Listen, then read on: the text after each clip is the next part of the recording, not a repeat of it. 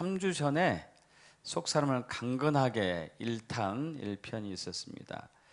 여러분 기억나시겠지만은 한 평범한 여성이 GM 자동차 회사가 만든 쉐보레 임팔라 자동차를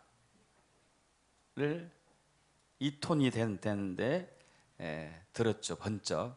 왜냐하면은 자기 아들이 수리를 하다가 이제 잭을 해서 올렸는데 잭이 부러지면서 이 자동차가 내려앉자 이 엄마가 가서 이걸 들어 올린 것이죠. 이건 초능력이 나타난 거예요. 일반인들은 도저히 감당할 수 없어요. 세상에 가장 힘센 남자가 들 수 있는 게 500kg뿐이 안 되는데 제일 힘이 센 사람이 4배를 들었다는 거잖아요. 4배. 이것은 이제 초자연적인 능력인데 초능력인데 바로 속사람에서 나왔다. 속사람에서 나왔다고 얘기했습니다. 그래서 우리에게는 두 종류의 사람이 존재한다고 또 나눴죠. 속사람이 있고 겉사람이 있고, 속사람이 있고 겉사람이 있고. 그래서 영, 혼, 육, 마음 이런 기관들이 있는데 이런 것들이 있는데 우리에게 속사람은 새 사람으로서 영과 마음, 무의식 세계에 접해 있고 겉사람은 옛사람으로서 혼과 육으로서 의식 세계에 있다 나눴습니다. 이제 속사람과 겉사람의 특징, 겉사람은 의식이고 옛사람이면서 사람을 의지하고 세상을 의지하면서 살아간다. 그러나 속사람은 무의식이고 새사람이면서 하나님을 의지해서 사는 존재고요. 겉사람은 시간과 공간의 제약을 받습니다. 시간, 공간. 이 공간에서 저 공간으로 순간적으로 이동할 수 없어요. 시간을 옮겨 다닐 수 없어요. 그러나 속사람은 시간과 공간을 초월한다. 우리 사도행전의 빌립 전도자가, 빌립 주사가 공간을 초월해 가지고 여러분 전도한 사실을 알고 있잖아요. 이처럼 시간과 공간을 초월하는 것이고, 겉사람은 자연적인 능력, 일반적인 능력을 발휘한다면 속사람은 초자연적인 능력을 발휘하는 것이고, 겉사람은 악한 본성이 있어요. 시기하고 원망하고 교만하고 탐심과 탐욕과 음란과 이런 악한 본성이 있는 반면에 속사람은 의와 진리의 거룩함으로 지으심을 받은 새 사람이다. 겉사람은 사탄의 도구가 되고 속사람은 하나님의 영광을 위한 도구가 된다고 나눴습니다. 오늘 이 후속편인데요. 자, 이 속사람과 겉사람에 대해서 얘기를 했지만 여전히 겉사람으로 살아가는 것을 우리는 이제 봅니다. 여러분 속사람으로 살고 있습니까? 겉사람으로 살고 있습니까? 겉사람으로 사는 게 대부분이에요. 속사람으로 살기가 쉽지 않습니다. 왜냐하면은 우리가 보는 관점, 우리 자신을 보는 관점이 헬라 사고 방식에서 보기 때문에 그래요. 히브리 사고 방식이 아닙니다. 좀 이걸 구체적으로 나눌 텐데,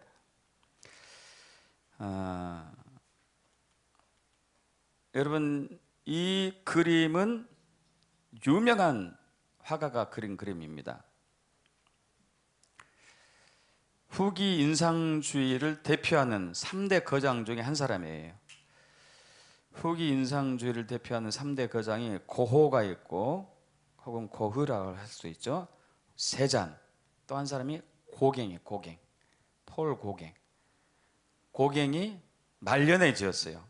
이분이 1903년에 돌아가셨는데 1905년 6월에 파리를 떠나가지고 9월 초에 타히티의 파페타라는 곳에 도착합니다.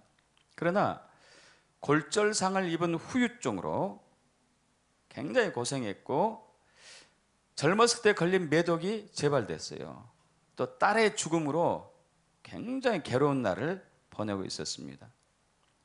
그래서 이처럼 마음적으로도 육적으로도 심적으로도 모든 게 피폐해져 가지고 야, 이렇게 살 바에 내가 죽어야 되겠다. 자살을 결심해요. 그 자살을 하기 전에 마지막으로 대작을 남기고 싶었어요. 대작. 이게 마지막 그림이에요. 그래서 건강이 그렇게 약하고 악해졌고 생활고에 시달림에도 불구하고 한 달간 밤낮을 가리지 않고 그렸습니다. 열정적으로 몰두했어요. 그러고 나서 얼마 후에 죽어요. 근데 이 그림의 제목이 되게 길어요. 보통 그림의 제목이 두세 자잖아요. 되게 길어요. 우리는 어디서 왔으며 우리는 무엇이며 우리는 어디로 가는가. 정체성에 대한 부분이 정체성. 사실 그 고갱의 고민은 사실 정체성이었어요. 딸의 죽음도 있었고 매독에 재발되는 병도 있었고 골절상으로 후유증도 있었지만은 결론적인 정체성이었어요. 여기에 대한 대답이 신기합니다. 대답이 뭔지 짐작하시겠습니까? 대답. 우리가 온 곳도 없고 아무것도 아니고 갈 곳도 없다. 그건 하나님을 알지 못했기 때문에. 이 사고는 헬라 사고에서 온 거예요. 헬라 사고. 여러분, 헬라 사고와 히브리 사고의 차이점을 좀 깊이 알기를 축복합니다. 헬라 사고는 사람의 관점에서 하나님을 보고 사람의 관점에서 사람을 보고 사람의 관점에서 세상을 보고 사람의 관점에서 질병을 보고 사람의 관점에서 만물을 보는 게 헬라 사고예요. 히브리 사고는 하나님의 관점에서 하나님을 보고 하나님의 관점에서 자신을 보고 사람을 보고 하나님의 관점에서 세상과 만물을 보고 하나님의 관점에서 질병을 보는 게 이제 히브리 사고라고 할 수 있습니다. 그래서 이제 진정한 나는 누구인가는 보는 관점에 따라 달라요. 그러겠죠? 사람의 관점으로 본 나와 여러분, 하나님의 관점으로 본 나와 여러분 달라요. 같지가 않습니다. 그래서 이처럼 이제 히브리 사고, 헬라 사고를 히브리 사고는 하나님 중심, 관계 중심, 느낌, 직관, 동적, 의미 중심. 헬라 사고는 사람 중심, 개체 중심, 이성과 논리와 정치적이고 공간적이고 사실 중심이다. 이렇게 얘기했는데요. 물을 예를 들게요. 물. 좋은 물과 나쁜 물을 헬라 사고와 히브리 사고는 각각 이렇게 나눠요. 좋은 물. 자, 헬라 사고에는 성분을 분석해요. 성분. 성분을 분석해가지고 깨끗한 투명도하고 성분을 분석합니다. 그래서 미네랄이 많이 포함된 유기물이 적게 포함된 깨끗한 물을 좋은 물이다. 이렇게 얘기해요. 그러나 나쁜 물은 미네랄도 별로 없고 탁하고 유기물이 많은 것이 나쁜 물이다. 이렇게 보는 거죠. 그러나 히브리 사고 방식은 아니에요. 히브리 사고 방식은 용도에 따라 달라요. 용도가 어떻게 쓰이냐 용도예요. 이 물이 내가 목마를 때 정말 필요한 물이면 좋은 물이고 이 성분 분석으로 좋은 물인데 이걸로 내가 뺨을 맞았어요. 그러면 나쁜 물이에요. 용도에 따라 달라요. 제가 1980년 7월에 군에 입대해 가지고 한 달 동안 이제 훈련병 생활을 마치고 8월 달에 강원도에 있는 모 부대로 입대를 했습니다. 이제 군 복무를 시작하는 거죠, 정식으로. 근데 정말 하나님의 은혜로 가자마자 3일 만에 유격 훈련을 떠나요. 정말 힘든 훈련이죠. 제일 힘든 훈련이 유격 훈련이에요.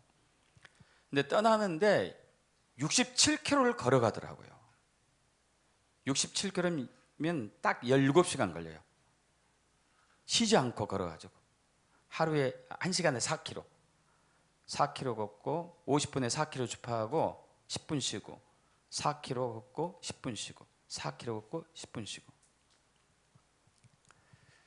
그 8월 달이면 뜨거운 때거든요. 그 뜨거운 때에 여름에 장렬한 태양 아래서 걷는데 수통에 물이 5시간도 안 돼서 다 바닥났어요.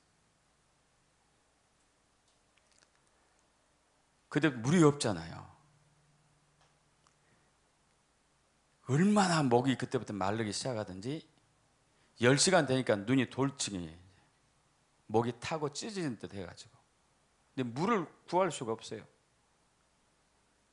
이제 그 약간 야산을 통과할 때도 있는데 바위 틈에서 한 방울 떨어지는 물이 있더라고요.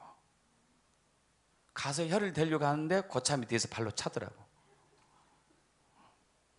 그래서 뭐 못 마신 거죠. 그런데 논을 발견해서 논에 물이 있더라고. 수통을 들고 뛰어 들어갔죠. 그 물을 받았어요. 그 물 마셨어요. 얼마나 맛있던지. 개구리 알도 있고 뭐 별게 다 있잖아요. 막 부유물도 있고 뭐 유충도 있을 것이고 별거 다 했죠. 그 관계가 없어요. 관계가. 이거 여러분 헬라 사고 방식에서 본 물은 그 물은 나쁜 물이잖아요. 더러운 물이고. 근데 저한테는 생명의 물인 거예요. 생명의 물. 이게 이제 히브리 사고 방식에서 본 물과 헬라 사고 방식에서 본 물의 차이점이에요. 헬라 사고는 논리 정연해야 돼요. 분석해야 돼요. 분석. 논리 정연하고 분석해야 되고. 제가 얼마 전에 어느 집회에 참여했는데 어느 목사님이 말씀에 깊이가 있는 분이라고 간증을 하더라고요. 그러면서 막 계시록을 통달했고 어쩌고저쩌고 막 그러고, 그러면서 여기서 여러분 나하고 말씀 가지고 어느 누구한테도 난 지지 않습니다. 나는 논리적이고 분석적입니다. 그러더라고요. 그래서 속으로 그랬죠. 아, 저 사람이 헬라 사고에 빠져 있구나. 하나님은 히브리 사고 방식인데, 여러분 헬라 사고에서 본 사람의 기준과 히브리 사고에서 본 사람의 기준 달라요. 어떤 사람이 좋은 사람이고 어떤 사람이 나쁜 사람인가? 어떤 사람이 좋은 사람이고 어떤 사람이 나쁜 사람인가? 헬라 사고 방식에서는 행위 중심으로 봐요. 행위 중심. 저 사람이 살인했고 속이고 강도질했고 강간했고 뭐 구타했고 이러면은 나쁜 사람이에요. 나쁜 사람. 여러분 그러지 않아요? 나쁜 사람이에요. 근데 헬라 사고는, 히브리 사고는 안 그래요. 관계 중심, 관계. 관계로 봐요. 관계. 탕자의 비유를 볼게요. 탕자. 우리 누가복음 15장에 여러분 탕자가 있었습니다. 어떤 아버지에게 두 아들이 있었는데 둘째 아들이 자기 유산을 미리 받아가지고 집을 나갔어요. 그래서 먼 집에서 제대로 멀리 떨어진 곳에 가가지고 거기서 오만 나쁜 짓은 다 하면서 재산을 다 탕진했어요. 헬라 사고 방식에서 보면 이 사람은 나쁜 사람이에요. 나쁜 사람. 그러다가 결국에 이제 돈이 다 떨어져 가지고 나머지 종사를 하는데 너무 괴로웠어요. 짐승들이 먹는 사료를 먹고 살았으니까. 그래서 안 되겠다. 집으로 돌아가겠다. 집에 가면은 내 종들도, 내 집에 있던 종들 이보다 더 잘 살 것이다. 더 잘 살고 있었다.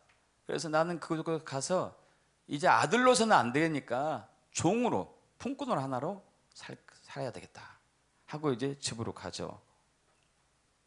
집으로 갔는데 아버지가 많은 데서 오는 둘째 아들 발견하고 버선발로 뛰어나가죠. 그래서 아들을 반갑게 맞아줘요. 근데 아들은 뭐라 그래요? 아버지, 내가 하늘과 아버지께 죄를 지었사오니 지금부터는 아버지 아들이라 일컬음을 감당하지 못하겠나이다. 근데 아버지는 어떻게 얘기하죠? 종들에게 이르되 제일 좋은 옷을 내어다가 입히고 손에 가락지를 끼우고 발에 신을 신겨라. 신분을 회복하는 거죠. 살찐 송아지 잡고 먹고 즐기자. 내 아들은 죽었다가 다시 살았고 잃었다가 다시 얻었다. 여러분, 이 아들과 아버지의 관점이 다른 것이 보이시나요? 아들은 행위 중심으로 자기를 봤어요. 나는 이렇게 나쁜 짓을 했으니까 나는 아들이 아니고 종이다. 그것만 해도 감지덕지하다. 근데 아버지는 뭘로 봐요? 관계 중심으로. 네가 나를 떠났을 때는 나쁜 아들이었지만 나에게 다시 왔을 때는 너는 좋은 아들이다. 믿습니까, 여러분? 우리는 행위로 봐요. 행위. 사람을 볼 때 행위로. 어떤 행동을 하고 어떤 말을 하고.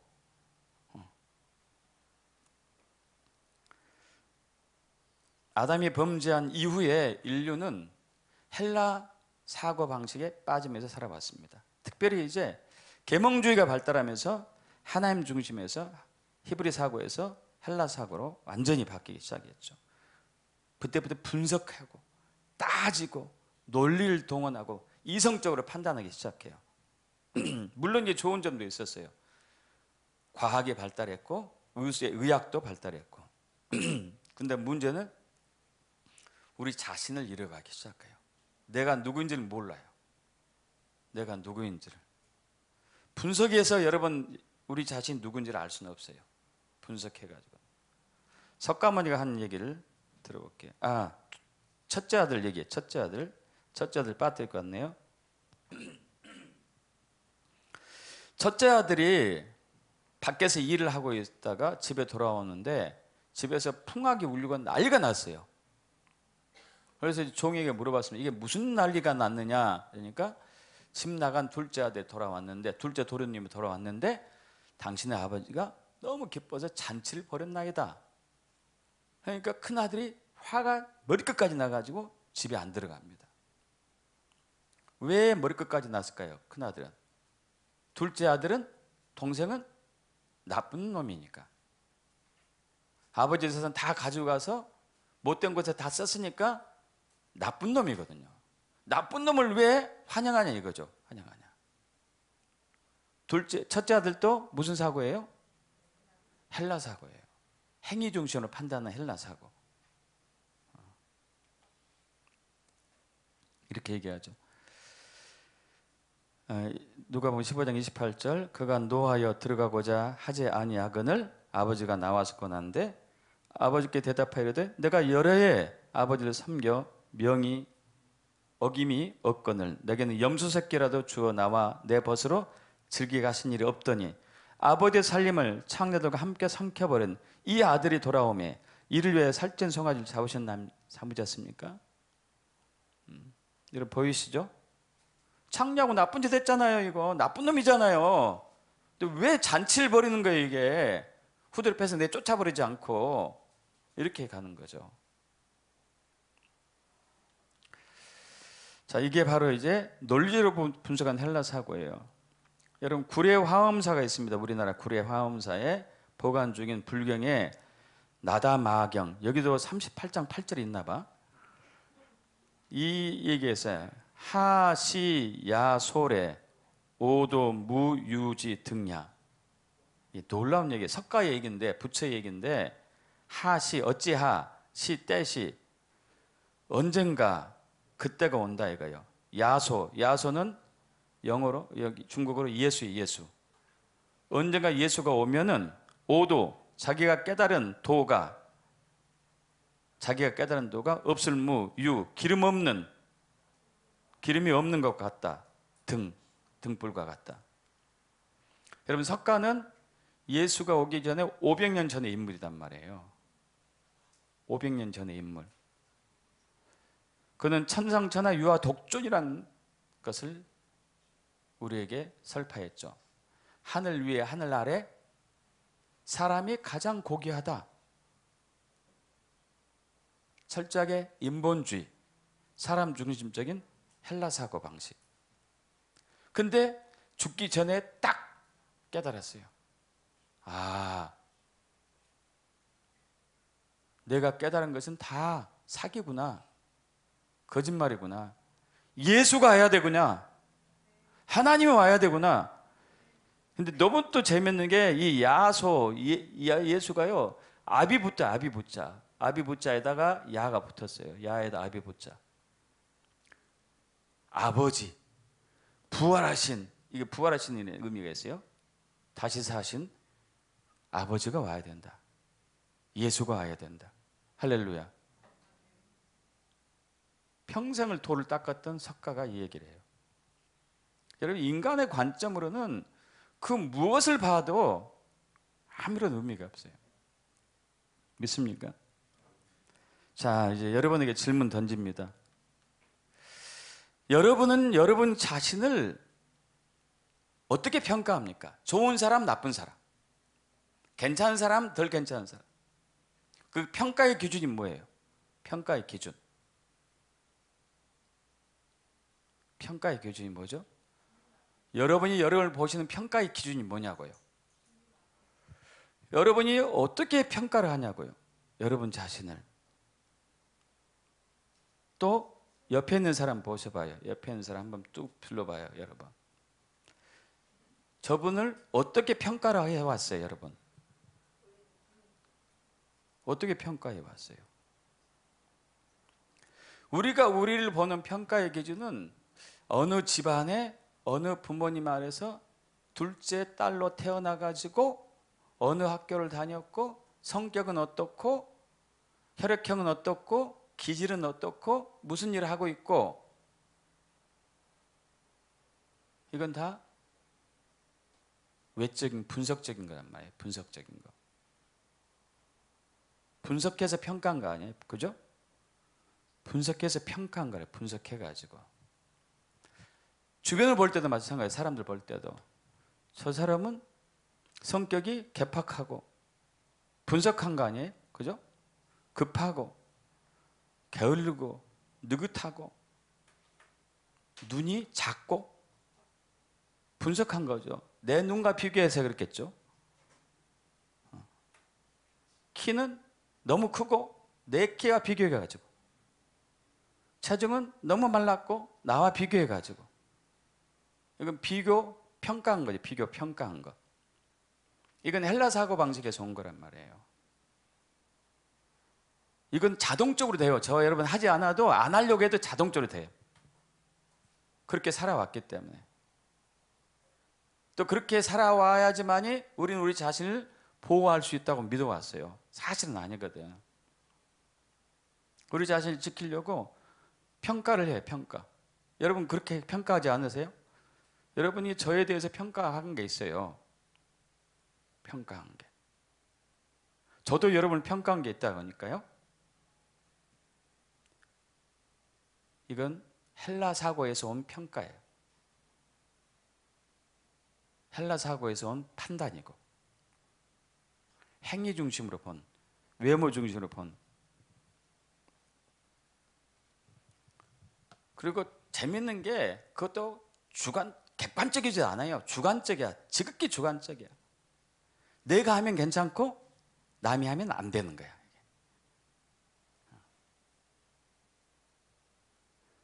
내로남불이죠. 내로남불. 예를 들어서 이제 아이를 양육하고 있는데 유치원 다니는 애가 있어요. 옆집 애를 봤는데 너무 많이 먹네. 이야, 쟤 봐라. 저러니 체중이 많이 안 나겠냐? 저렇게 처먹어도 되니? 근데 내 자녀가 잘 먹을 땐 어떻게 얘기해요?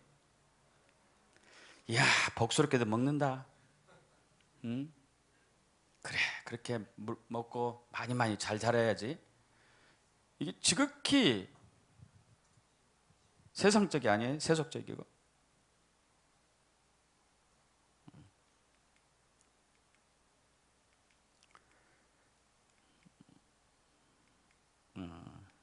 순식간에 넘어갔는데 이것을 꺼버려야 돼요.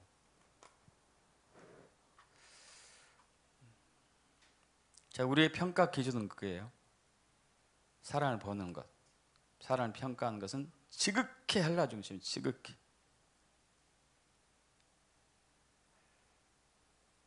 인본주의고, 그것은 또 겉사람을 보고 하는 평가죠.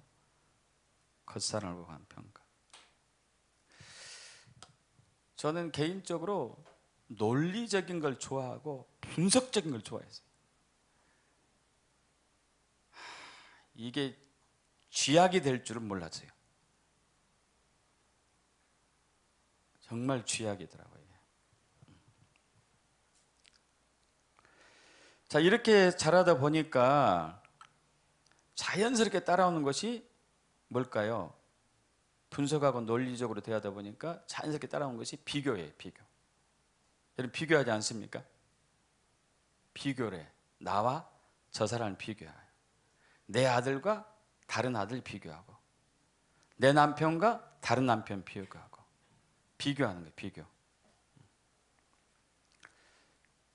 비교를 하다 보면은 자연스럽게 뭐가 될까요? 비판이 되겠죠. 비판이 안 될 수가 없어요. 비교했는데.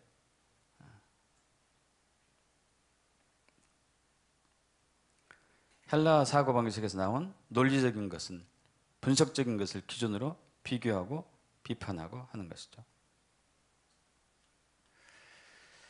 여러분 중요한 것은 우리의 진정한 존재는 겉사람이 아니고 속사람에게 있어요.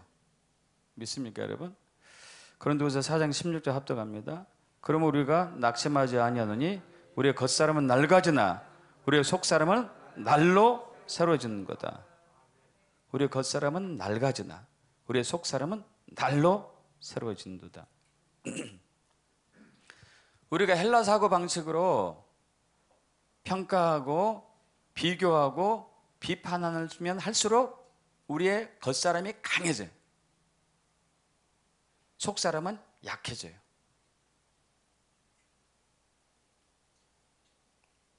초자연적인 능력을 잃어버린다는 얘기겠죠, 여러분.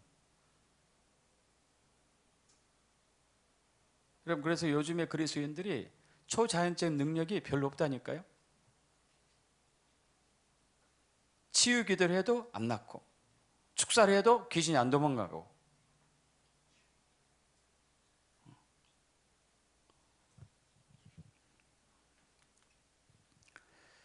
비교의식, 판단, 비판으로 속사람의 힘을 잃어가요. 그리고 겉사람이 힘을 얻어요. 겉사람이 죽어야 되는데 힘을 얻는 것이죠. 여러분 문제는 이것이 와요. 우리는 상대적인 비교 평가를 해요. 이건 어쩔 수 없어요. 여러분 저와 여러분이 살아왔어요. 그렇게 살아왔어. 헬라 사고로 살아왔기 때문에 상대적으로 비교를 한다고요. 상대적으로. 저도 상대적으로 목회자 사이에서 나도 모르게 비교를 하고 있어요. 저 사람이 하루에 성경을 얼마나 읽지? 난 얼마 읽는데. 저 사람은 하루에 기도 몇 시간 하지? 난 얼마 하는데. 저 사람의 교회가 성도들이 얼마나 되지? 지금 자동이에요. 자동. 여러분 어떠세요? 자동이에요. 자동. 이게 문제가 생겨요. 비교해가지고 내가 부족하면은 식이 나요. 내 눈이 좀 아름답다고 평이 났는데 나보다 더 아름다운 눈을 가진 여인이 나타났네. 이 식이 대상인 거죠. 질투가 나고 불평하고 원망하고 주여 제 눈은 왜 작게 태어났습니까? 너무 불공평하지 않겠습니까? 또 죄책감이 생겨요. 나는 하루에 기도를 3분뿐이 안 하는데 죄책감, 낙심, 좌절, 포기. 근데 비교해가지고 내가 잘하고 있으면 어떻게 돼요? 우월감이 생겨요. 교만해지고. 그리고 그 사람은 상대방을 정죄해야 돼요.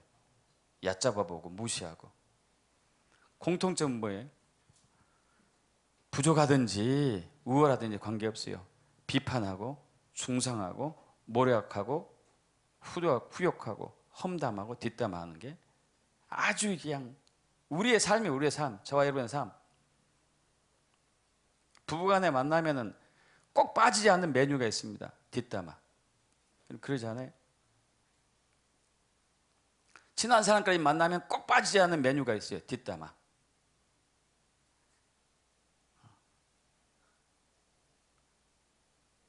이건 헬라 사고 방식으로 젖어 살아온 결과예요. 어쩔 수 없어요, 여러분. 그거 두둔하는 것은 아닙니다. 그렇게 세팅이 됐어요. 그렇게.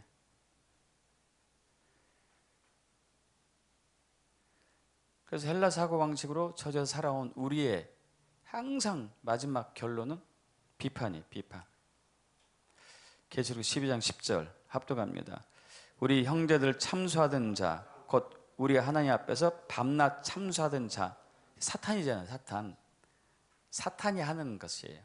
비판하고 정죄하고 고소하고 참소하고 사탄이 하는 자.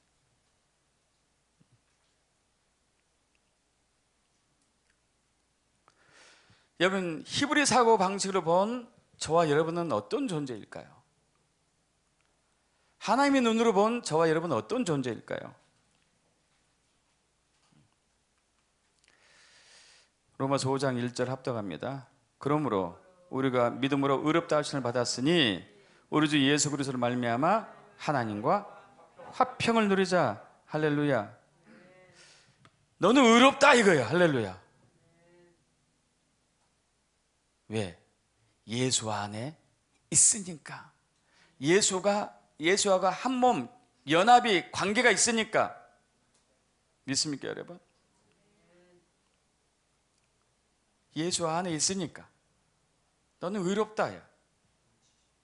내가 그렇게 싫어하는 저 집사도 하나님 눈에는 어떻게 보여요? 의롭다. 할렐루야. 근데 의로운 그를 우리는 정죄하는 거야. 하나님 의롭다 하는데 우리는 심판하는 거야. 비판하고 후욕하고 자기 자신을 포함해가지고 헬라 사고에 젖었기 때문에.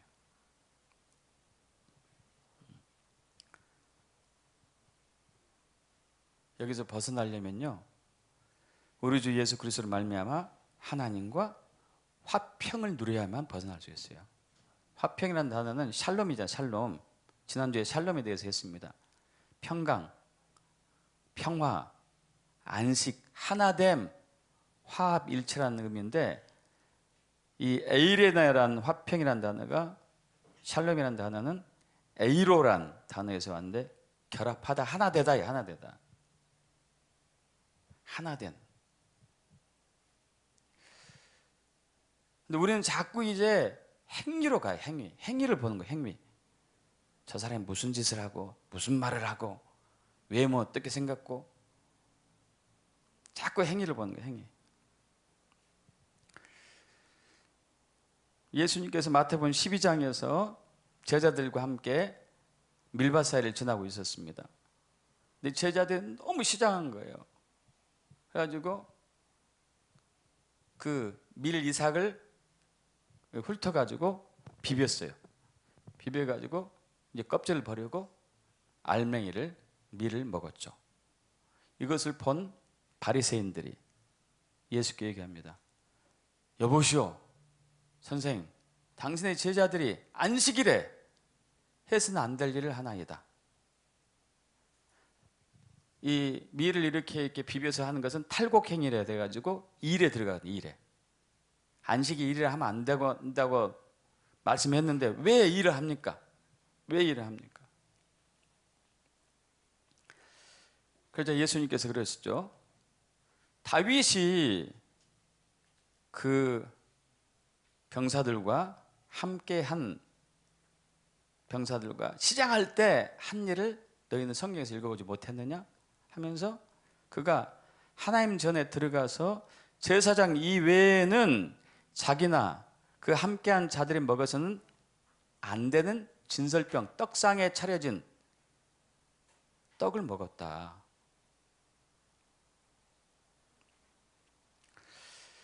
그러면서 마태복음 12장 7절을 얘기해요. 합독합니다. 나는 자비를 원하고 제사를 원하지 아니하노라 하신 뜻을 너희가 알았더라면 무죄한 자를 정죄하지 아니하였으리라. 여러분, 이것은 호세아 6장 6절의 말씀을 인용한 거예요. 예수님께서. 합독합니다. 나는 인애를 원하고 제사를 원하지 아니하노라 하며 번제보다 하나님을 아는 것을 원하노라. 여기서 바리새인과 예수님이 어디에 포인트를 두고 있는 것을 우리가 알아야 돼요. 바리새인들은 행위 중심으로 갔어요.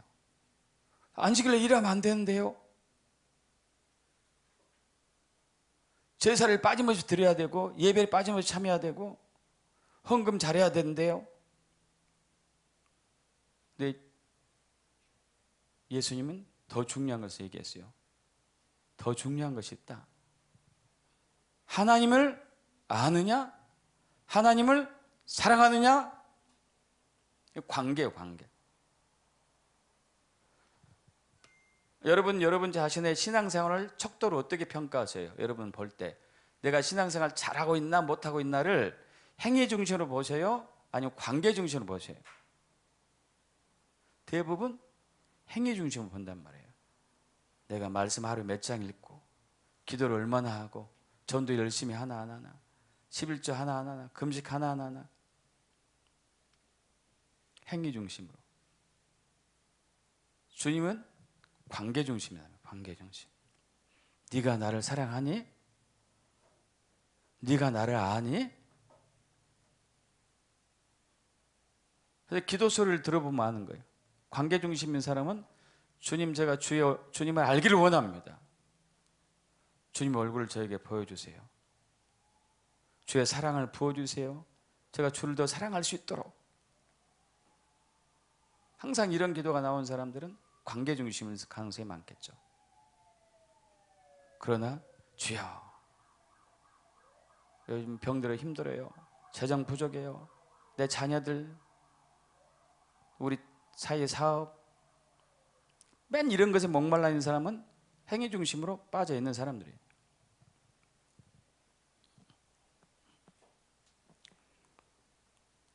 여기 또 그러한 사람이 또 있습니다. 누가복음 18장 10절 14절 합독해 볼까요?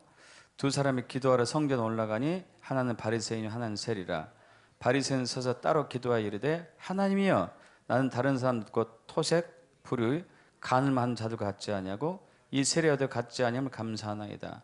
나는 일에 2번씩 금식하고 또 소득에 11조를 드리나이다 하고, 세리는 멀리 서서 감히 눈을 들어 하늘 쳐다보지도 못하고 다만 가슴을 치며 이르되 하나님의 불쌍히 여기소서, 나는 죄인으로서이다 하였느니라.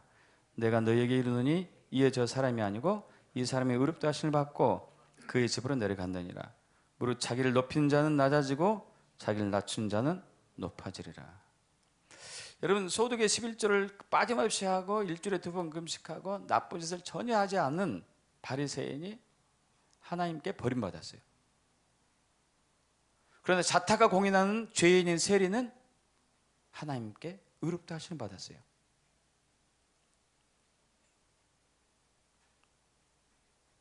왜냐하면 세리는 하나님과 관계 중심으로 갔기 때문에. 바리새인은 일 중심으로 하나님께 갔어요. 18장 9절에 바리새인이 이렇게 얘기합니다. 또 자기를 의롭다고 믿고 다른 사람을 멸시한 자들에게 이 비유로 말씀하실 때, 여러분 아까 제가 헬라 사고방식에서 항상 비교 의식을 한다고 그랬죠. 비교 의식 기억나시죠? 내가 우월하면 어떻게 해요? 내가 잘한 거 있으면 내가 우월해요. 내가 높아지는 거예요. 다른 사람 멸시하고 정죄하고 무시하고 얕잡아 보는 거죠.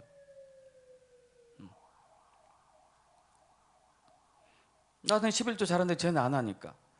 나는 하루에 말씀을 20장 보는데 쟤는 한 장도 안 보니까. 하루에 1시간 기도하는데 쟤는 기도 안 하니까.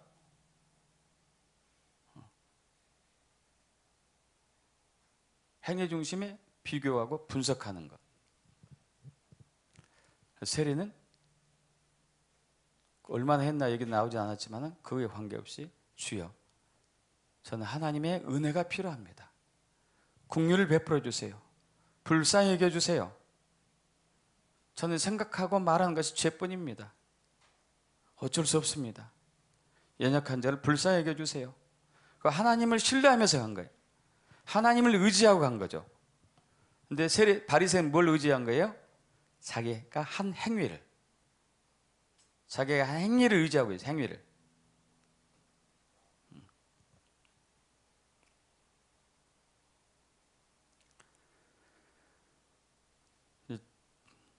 문제는 이제 이 비판이 자기를 죽이는 게 문제예요. 마태복음 7장 1절에서 5절 합독합니다. 비판을 받지 아니하려거든 비판하지 말라.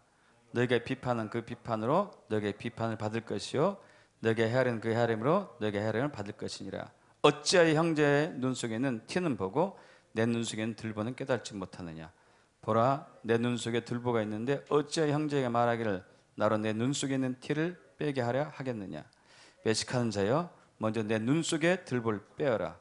그 후에 밝게 보고 형제의 눈 속에서 티를 빼리라.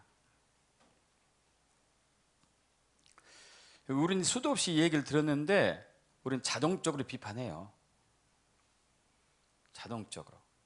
헬라 사고방식에 있기 때문에. 그리고 중요한 것은 문제는 사탄이 우리의 비판을 가지고 일을 해요. 우리의 판단과 정죄와 후욕과 험담과 시기와 질투를 가지고 사탄이 일을 하는 게 이게 큰 문제죠. 그리고 내가 한 비판은 나중에 갑절로 나한테 와요. 배가 되어서. 릭 조이너 목사님이 쓴 빛과 어둠의 영적 전쟁이라는 책이 있습니다. 여기서 이제 지옥의 군대가 오고 있다 한 파트가 나오는데 환상을 봤어요. 마귀의 군대가 사탄의 군대가 어마어마하게 많은 거예요. 끝이 안 보여요. 끝이. 그리고 군대마다 군기가 있고 각각 다른 복장도 있고 다 색깔이 달라요. 주목할 만한 것은 맨 앞에 있는 군대였어요. 맨 앞에 있는 군대들. 선두, 선봉대. 근데 이 선봉대를 보니까 뒤에 있는 애들보다도 진짜 사납게 생겼어요. 진짜 악하게 생겼고.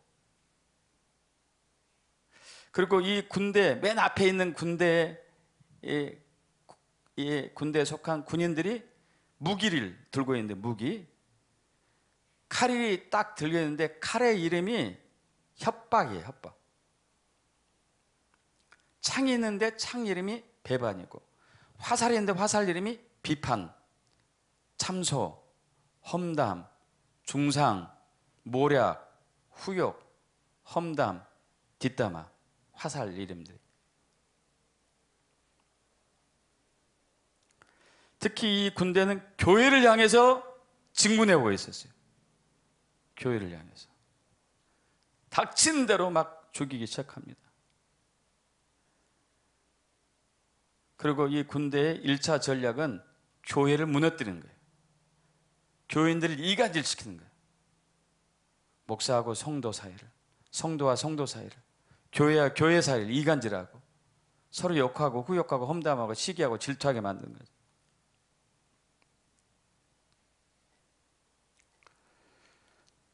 더 놀라운 것은 그 선봉대에 탄 사탄의 군대들이 타고 있는 말이 그리스도인이에요. 목사, 장로, 전도사.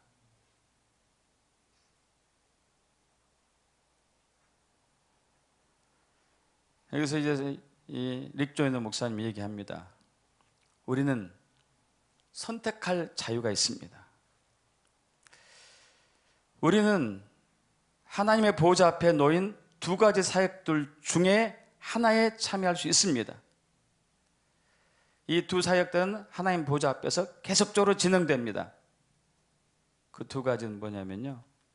하나는 중재, 중보, 화해의 사역이고 또 하나는 참소, 비판의 사역입니다. 아까 이제 그 계시록 12장 10절에 사탄을 참소자라고 했잖아요. 참소자. 그죠? 그러면서 릭 조이너 목사님 얘기해요. 누구와 손을 잡을지 결정하십시오.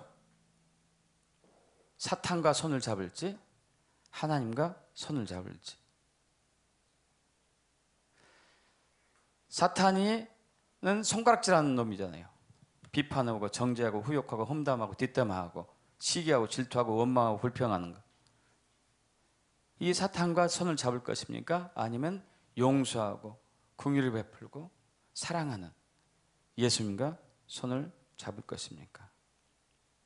그래서 사탄의 두 가지 전략을 얘기합니다. 첫째 1단계, 개인들이 죄를 짓도록 유혹한 후에 참소의 화살을 날려가지고 죄책감에 빠지게 만들어요. 그 개인이 죄책감에 빠지면 두 번째는 죄책감에 빠진 사람들은요, 타인을 용서하지 않으려고 해요.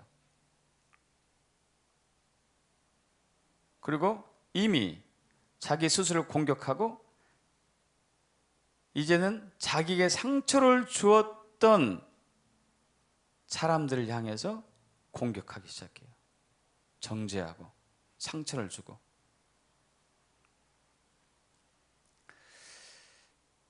제가 한번 이건 예화로 들은 적이 있었던 것 같은, 제가 10몇 년 전이에요. 15년 됐나 모르겠습니다.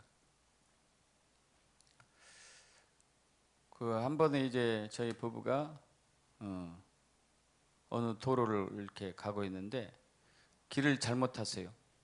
백화점으로 들어가는 도로를 탔는데 차가 너무 길더라고요. 너무 길어. 그런데 이게 이제 그 삼거리였는데 이쪽은 백화점으로 들어가는 도로예요. 그리고 저는 이제 백화점 이쪽으로 들어갔는데 저는 이제 왼쪽으로 가면 되는데 오른쪽은 백화점 들어가는 도로고 그 전에 이제 여기 삼거리에서 이쪽으로 들어온 차량이 있고 이쪽으로 들어와서 백화점으로 가는 차량이 있고 뒤에서 돌아서 백화점으로 가는 차량이 있는데 저는 이제 이쪽 편에 섰어요. 근데 이쪽에서 오는 차량이 그 이제 백화점 직원이 나와가지고 교통정리를 해주는 거예요. 차량이 너무 많으니까. 근데 이쪽에서 오는 차량은 10대를 보내면 10개에서 한 대씩 보내주더라고. 2대씩 보냈네. 2대씩. 근데 이제 저쪽은 잘 빠지고 이쪽은 늦게 빠지고. 와, 이거 쟤 좀 이상한데? 속에서 불만이 끌어올랐죠. 제 차례가 됐는데 제 앞에서 딱 끊었어요. 그 화가 나가지고 지나갔어요. 지나갔더니 욕을 하더라고요. 제가 이제 평소의 성격 같으면은 그냥 지나가요. 나도 잘못한 거 있으니까. 근데 그날은 뚜껑이 열렸어. 그래가지고 차에서 내려가지고 거기서 이제 야 네가 뭔데 나한테 욕하냐. 그러면서 차를 여기도 못 가게 하고 여기도 못 가게 하고 내가 막고 있었던 거예요. 그러니까 그 본부장이었던 사람이 와가지고 빨리빨리 빼달라고 해서 나왔는데 그러고 나서 이제 생각했어요. 내가 왜 이거 한 번도 이런 행동을 해본 적이 없는데 이런 행동을 했을까? 이건 목사로서 해야 할 짓은 아닌데? 너무 창피하고 황당하고 또 화도 있고 막 복합적인 거죠. 그래서 나중에 알았어요. 한 하루인가 이틀 뒤에 제가 이 일 있기 전에 이상하게 이 3주 한 20일 동안 다른 때와 달리 저는 이제 나무 얘기를 잘 안 하거든요. 그래서 이제 너무 안 하니까 제 아내가 싫어하기도 하는데 교회에서 있었던 일도 얘기 안 하니까 얘기 안 하는데 그 3주간 동안은 이틀에 한 번꼴로 제가 나무 얘기를 했더라고요. 남 얘기하면 좋은 얘기만 하겠어요? 나쁜 얘기도 하겠어요? 당연히 나쁜 얘기도 하죠. 제가 쏜 화살에 제가 맞은 거예요.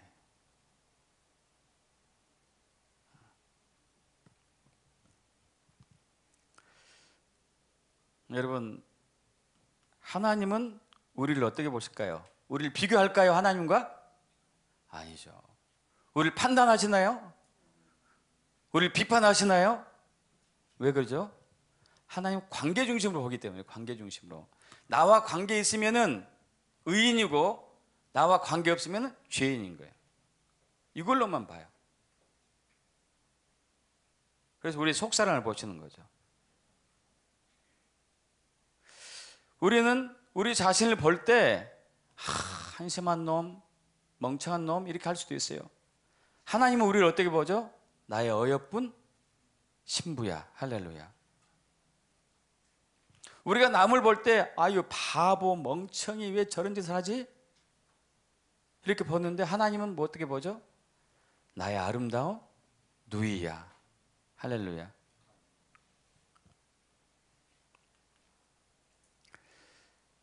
우리의 속사람은 관계 중심이에요. 우리의 겉사람은 행위 중심으로 외모를 보고 분석하고 평가하고 판단해요. 헬라 사고방식으로. 요한복음 7장 24절 합독합니다. 외모로 판단하지 말고 공의롭게 판단하라. 공의롭게 한다는 얘기는 뭐죠? 하나님의 눈으로 봐라 이거예요. 하나님의 눈으로 너를 보고, 하나님의 눈으로 이웃을 보고, 하나님의 눈으로 남편을 보고, 하나님의 눈으로 아들을 보고, 하나님의 눈으로 목사님을 보고, 하나님의 눈으로 장로님을 보고, 하나님의 눈으로 권사님을 보고, 하나님의 눈으로 전도사님을 보고, 하나님의 눈으로 집사님을 보고, 하나님의 눈으로 이웃을 보고. 믿습니까 여러분?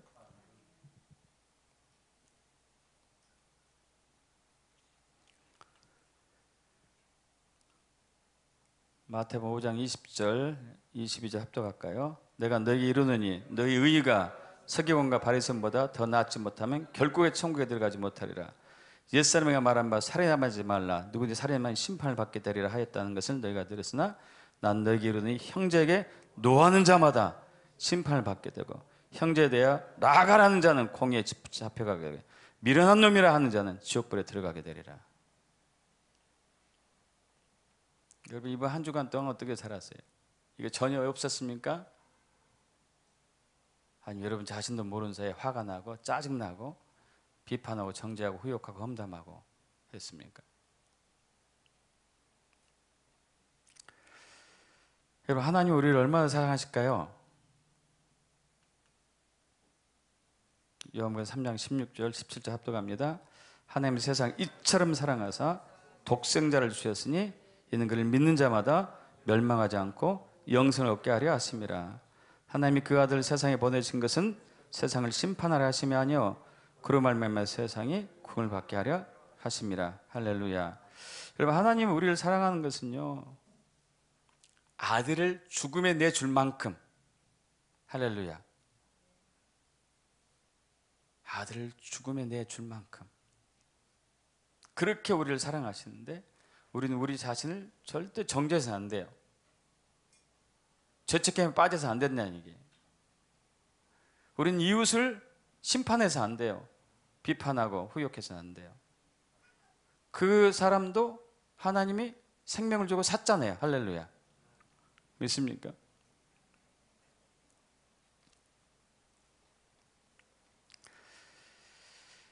여러분 에베소 3장 16절 합독합니다. 그의 영광의 풍성함을 따라 그의 성령으로 말미암아 너희 속사람은 능력으로 강건하게 하시며. 여러분 속사람이 강건해지는 것은요 성령의 충만함인데 성령님은요 우리가 비판할 때는 힘을 잃어요. 정죄할 때 힘을 잃고 죄책감에 빠질 때 힘을 잃고 후욕하고 뒷담화하고 시기하고 질투하고 불평하고 원망할 때 힘을 잃어요. 그러나 비판 대신에 용서할 때 성령님이 충만해져요. 정죄하는 대신에 사랑할 때 성령이 강해지고. 믿습니까? 아까 사탄의 전략이 있었어요. 참소의 화살로 죄책감에 빠지고 정죄의 화살로 서로 싸우게 만든다. 우리는 뭘로 이겨낼까요? 용서하고 사랑하고 축복하고 감사하고. 믿습니까? 근데 중요한 것은 이렇게 하려면은 행위 중심에서 관계 중심으로 가야 돼. 헬라 사고에서 히브리 사고로 가야 돼요. 이건 하나님과 관계를 맺어야지만이 가능해요. 하나님과 관계를 맺지 않고 우리는 헬라 사고를 버릴 수가 없어요. 하나님을 하나님을 사랑하지 않고 우리는 비판하고 정죄하는 그 습관을 버릴 수가 없어요. 로마서 5장 1절 합독할까요? 그러므로 우리가 믿음으로 의롭다 하심을 받았으니 우리 주 예수 그리스도로 말미암아 하나님과 화평을 두르자. 여러분, 믿음으로 의롭다 하심을 받았다는 구원 받았다는 얘기 아니에요. 받고 끝나면 안 된다 이거예요. 끝나지 말고 어떻게 하라고요? 하나님과 화평 하나 되어라. 관계를 맺어라. 그러면 비판하지 않아요. 비판 대신에 용서해줘요. 후욕 대신에 긍휼을 베풀고, 정죄 대신에 사랑해주고.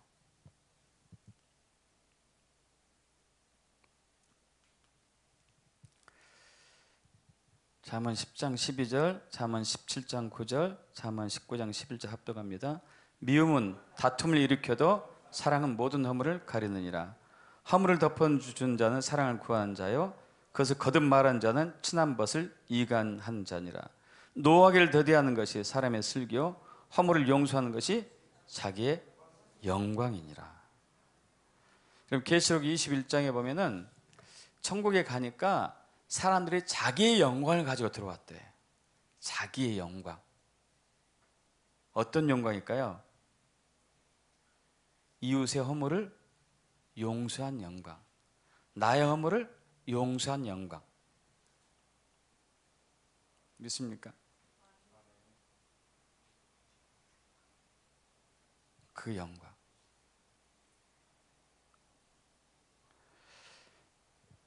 영광의 옷을 입기를 축복합니다. 계시록 19장에 나오잖아요. 신부 얘기하는데 자기가 만들었대요. 뭘로 만들었을까요? 용서와 사랑으로, 관용과 자비와 긍휼로. 그렇게 되어 축복합니다. 아멘. 일어나실까요?